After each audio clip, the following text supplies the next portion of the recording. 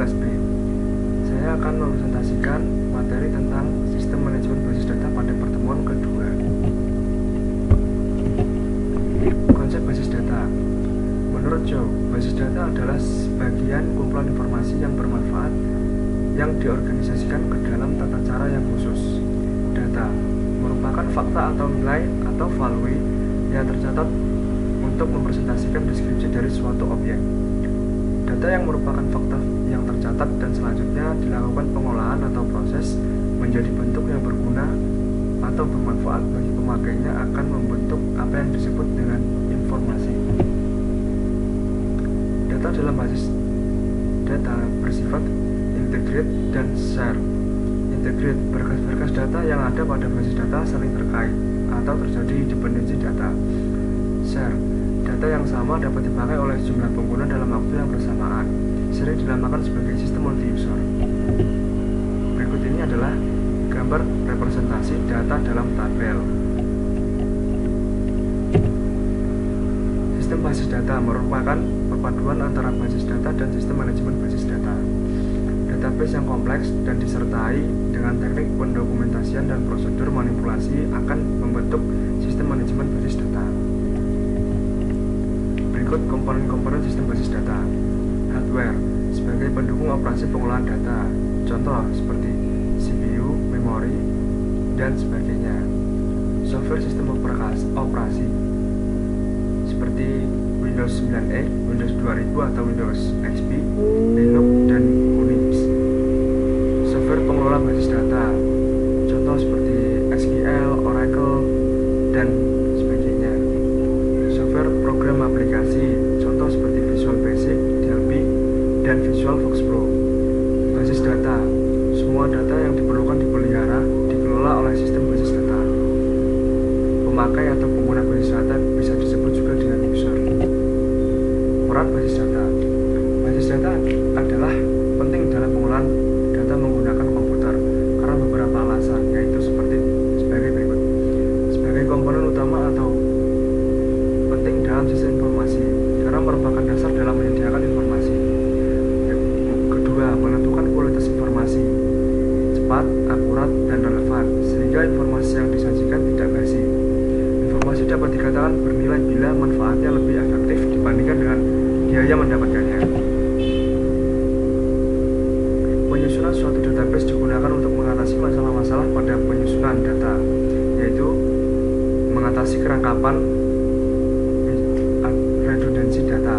Penyimpanan data yang sama pada beberapa tempat selain bisa menyulitkan pemakai tentang aktualisasi data juga memboroskan tempat penyimpanan. Maka basis data akan mendeteksi dan menghindari jika terjadi kerangkapan data, menghindari terjadinya inkonsistensi data. Akibat lain jika terjadi kerangkapan data, maka jika terjadi perubahan data yang satu sedangkan yang lain tidak dirubah akan terjadi ketidakkonsistenan data. Mengatasi kesulitan dalam mengakses data. Memudahkan jika suatu saat akan diambil atau dicetak data yang memiliki kriteria tertentu, misalnya pada tanggal tertentu, alamat tertentu, jumlah tertentu, dan sebagainya. Menyusun format yang standar dari sebuah data. Data yang sama pada file yang berbeda harus memiliki format data berupa tipe dan jangkauan yang harus sama. Penggunaan oleh banyak pemakai atau bisa disebut juga dengan multiple user. Sebuah database bisa dimanfaatkan sekaligus secara bersama oleh banyak pengguna. Melakukan perlindungan dan pengamanan data, security data. Setiap data hanya bisa diakses atau dimanipulasi oleh pihak yang diberi otoritas dengan memberikan login dan password terhadap masing-masing data. Menyusun integritas dan independensi data. Basis data merupakan data kompleks yang bisa diintegrasikan, sehingga kita bisa memanipulasi untuk mendapatkan berbagai bentuk form dan laporan yang kita inginkan. Abstraksi data. Kegunaan utama sistem basis data adalah agar pemakai atau user mampu menyusun suatu pandangan abstraksi dari data. Hal ini bertujuan untuk menyederhanakan interaksi atau pengguna dengan sistemnya. Dengan basis data dapat mempresentasikan pandangan yang berbeda kepada para pengguna, programmer, dan administratornya. Berikut gambar level abstraksi data. Database Management System. Suatu sistem manajemen basis data yaitu berisi kumpulan data yang saling berrelasi dengan set program untuk mengakses data tersebut. Manfaat penggunaan DBMS adalah untuk mengorganisasikan dan mengelola data dalam jumlah besar, untuk membantu dalam melindungi data dari kerusakan yang disebabkan oleh penggunaan atau pengaksesan yang tidak sah, memudahkan dalam pengambilan kembali data, untuk memudahkan dalam penggunaan atau pengaksesan data secara bersamaan dalam suatu jaringan.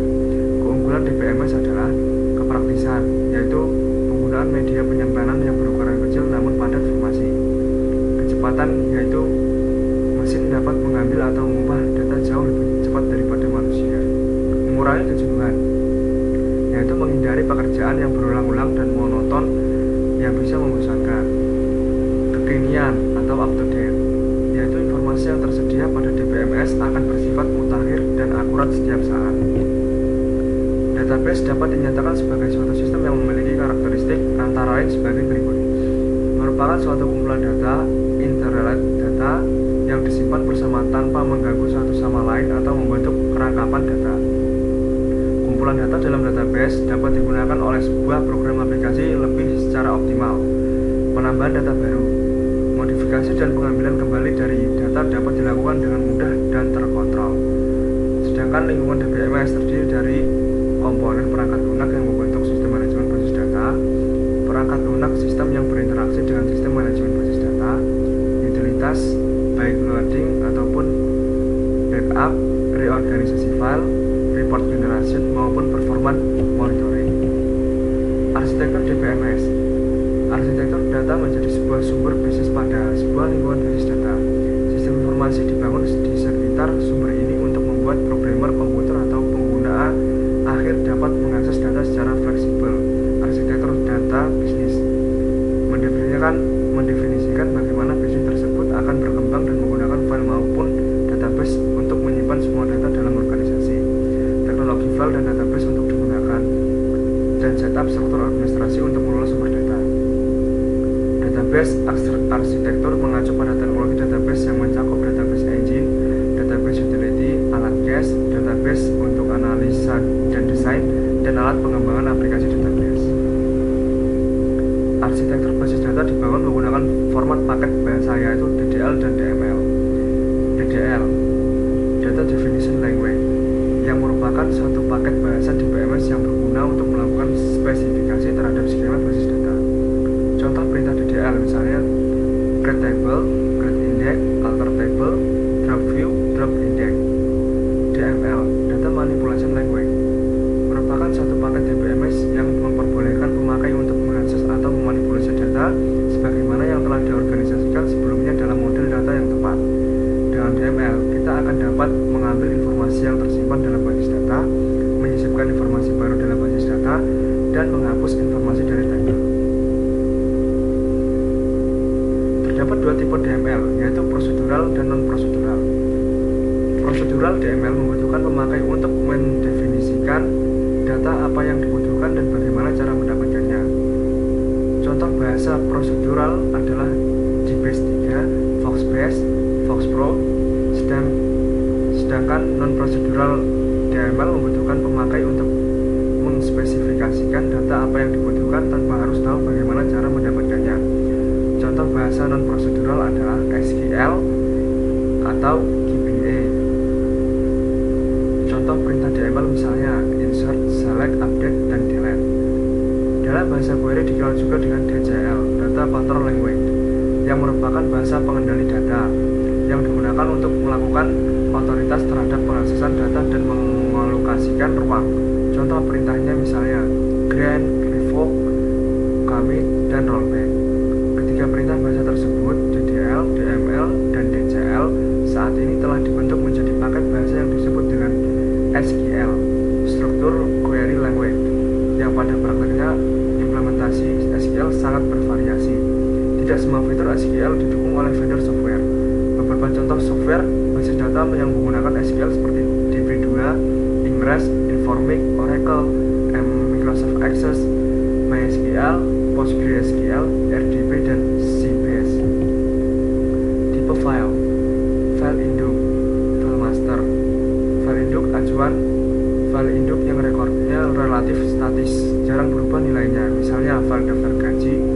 mata pelajaran. File induk dinamik. File induk yang dinilai dari rekod-rekodnya sering berubah atau sering dimutakhirkan sebagai hasil dari suatu transaksi. Misal, file induk data barang yang setiap saat harus diupdate bila terjadi transaksi. File transaksi. File ini bisa disebut dengan file input. Digunakan untuk merekam data hasil dari transaksi yang terjadi. Misalnya, file penjualan yang berisi data hasil transaksi penjualan. File laporan. File ini bisa disebut output file, yaitu file yang berisi informasi yang akan ditampilkan. File sejarah. File ini bisa disebut file arsip. File yang berisi data masa lalu yang sudah tidak aktif lagi, tapi masih bisa disimpan sebagai arsip. File pelindung. File ini merupakan salinan dari file-file yang masih aktif di dalam database pada suatu saat tertentu. File ini digunakan sebagai pelindung atau cadangan bila file database yang aktif mengalami kerusakan atau hilang. Keamanan basis data. Saat ini sering terjadi kasus pembobolan sistem keamanan komputer, baik di perusahaan maupun lembaga-lembaga yang menggunakan komputer sebagai alat bantu. Hal ini terjadi karena semakin majunya teknologi yang dikuasai oleh seseorang atau mungkin karena masih lemahnya sistem keamanan komputer. Pada dasarnya, keamanan sistem dapat dibedakan menjadi tiga, yaitu keamanan eksternal, menyangkut keamanan komputer dari ancaman perusakan fisik. Keamanan interface, berkaitan dengan identifikasi user sebelum menggunakan atau mengakses data maupun program dalam suatu komputer. Keamanan internal, yaitu keamanan yang berkaitan dengan keamanan hardware dan sistem operasi dalam menjaga sekuritas dan integritas suatu data. Teknik merancang model basis data.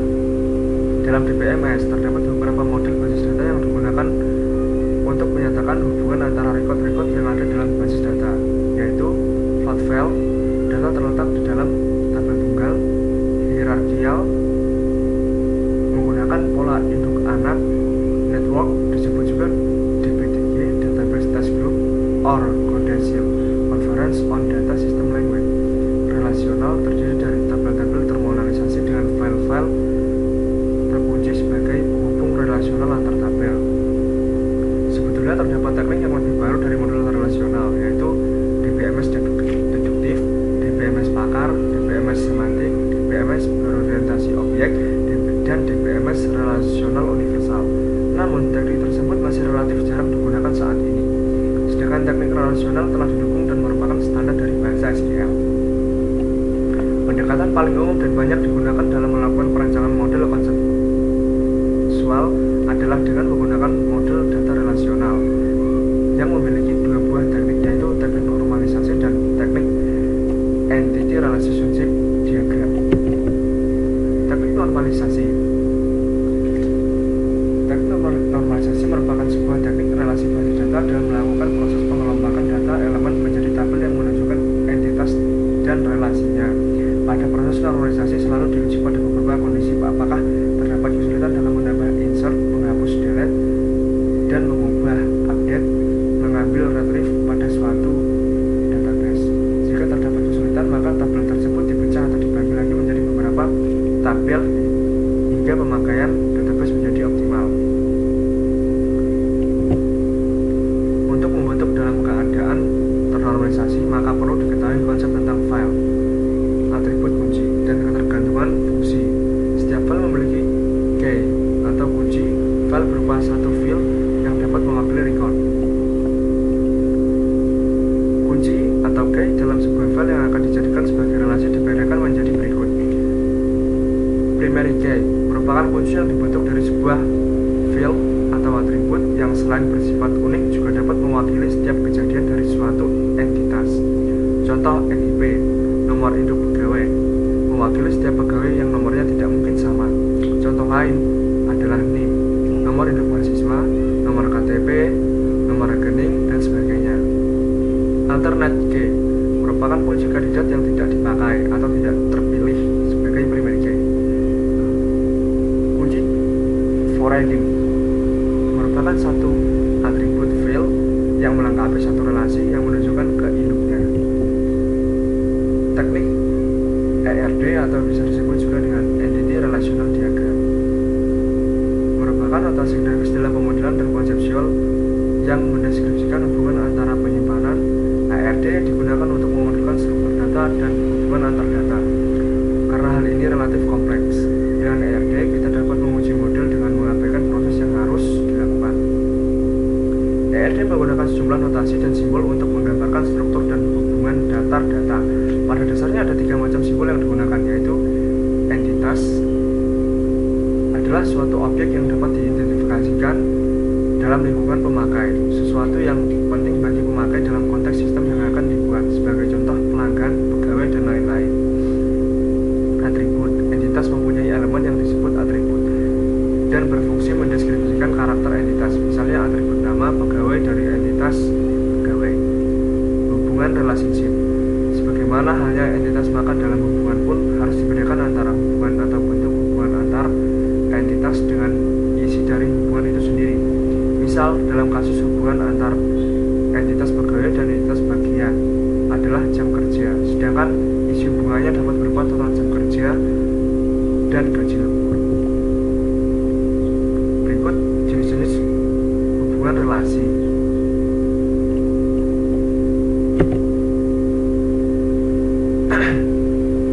Sistem berorientasi objek. Pendekatan berorientasi objek merupakan pendekatan suatu metodologi atau cara yang diambil dari filsafat dunia nyata yang diterapkan pada teknologi informasi.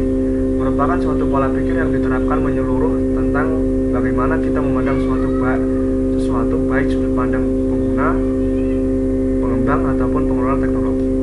Tujuan dari metodologi objek orientasi adalah sebagai salah satu alternatif pendekatan permasalahan untuk mencari solusi pemecahan. Metodologi berorientasi objek merupakan perkembangan selanjutnya dari metodologi sebelumnya, seperti metodologi prosedural, sekuensial, konkurensi, maupun modular. Keunggulan pendekatan berorientasi objek adalah sebagai berikut: menuntut penggunaan ulang komponen-komponen program sebelumnya, yang menjadikan proses pengembangan software dapat dilakukan lebih cepat dan berkualitas tinggi. Mempermudah dalam pemeliharaan, karena memiliki struktur yang runtut dan stabil. Lebih mudah diadaptasi dan diskala menjadi sistem yang lebih besar, dengan merakit subsistem-subsistem yang dapat digunakan ulang. Konsep dan karakteristik objek. Konsep dasar tentang objek orientasi adalah sebagai berikut. Objek merepresentasikan sebuah entitas baik secara fisik, konsep, ataupun secara perangkat lunak. Kelas adalah definisi abstrak dari sebuah objek, di mana dijelaskan bahwa struktur dan kelakuan dari tiap objek yang tergabung dalam suatu kelas. Atribut adalah nama-nama properti dari sebuah kelas yang menjelaskan batasan nilainya dari properti yang dimiliki oleh sebuah kelas tersebut. Operasi adalah implementasi dari layanan yang dapat diminta dari sebuah objek dari sebuah kelas yang menentukan tingkah lakunya. Antarmuka adalah sebuah antarmuka yang menutupi bagian-bagian detail di dalamnya.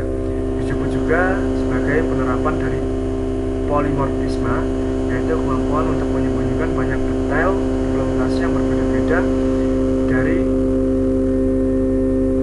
dan dengan hanya menggunakan sebuah antarmuka yang sama. Merupakan juga pengembangan konsep enkapsulasi. Komponen hampir tidak tergantung pada apapun dan merupakan bagian yang dapat diganti-ganti dari sebuah sistem. Paket adalah mekanisme yang bertujuan umum untuk mengorganisasikan elemen-elemen ke dalam sebuah grup. Subsistem adalah pemodelan elemen yang mempunyai tata bahasa dari paket, seperti dapat terdiri dari pemodelan elemen yang lain dan sebuah kelas mempunyai tingkah laku sendiri. Dari subsistem dihasilkan dari kelas-kelas atau subsistem lainnya. Keterhubungan menyediakan cara-cara berkomunikasi antar objek. Ada beberapa cara keterhubungan antara objek tersebut, yaitu asosiasi agregasi, asosiasi komposisi, dependensi, generalisasi, dan realisasi. Dependensi adalah menggunakan keterhubungan yang menampilkan keterhubungan antara pengguna dengan penyedia, di mana perubahan spesifikasi pada sisi penyedia akan mempengaruhi pengguna. Generalisasi adalah keterhubungan membuat khusus ataupun umum, di mana elemen-elemen dari elemen yang lebih khusus, subtipe atau chill, dapat mengganti elemen dari elemen yang lebih umum, misalnya pair. Realisasi adalah keterhubungan secara tata bahasa antara dua klasifikasi. Satu klasifikasi berlaku sebagai penghubung, sedangkan lainnya menyetujui untuk membawa. Agregasi adalah bentuk asosiasi khusus kuat mewakilkan seluruh bagian dari asosiasi antar hubungan satu bagian kelas secara keseluruhan dengan bagian tertentu dari kelas lainnya. Komposisi merupakan bentuk keterhubungan atau delegasi yang lebih kuat lagi kepemilikannya dan mempunyai jangka waktu yang timbul sesuai kebutuhan. Sedangkan sistem berorientasi objek memiliki karakteristik atau prinsip dasar sebagai berikut. Abstraksi. Kemampuan manusia untuk mengenali keserupaan di antara objek-objek, situasi-situasi, atau proses-proses di dunia nyata, serta keputusan untuk berkonsentrasi pada keserupaan tersebut dan mengabaikan perbedaan-perbedaan yang kecil. Enkapsulasi merupakan pengemasan atau pembungkusan beberapa item ke dalam suatu unit. Modularitas adalah memecah suatu yang kompleks atau rumit menjadi bagian-bagian kecil yang dapat dikendalikan atau diatur. Polimorfis adalah kemampuan untuk memperoleh beberapa bentuk. Hierarki adalah urutan atau aturan dari tingkatan abstraksi menjadi seperti struktur pohon. Sekian, terima kasih. Apabila ada salah kata, saya mohon maaf sebesar-besarnya. Wassalamualaikum warahmatullahi wabarakatuh.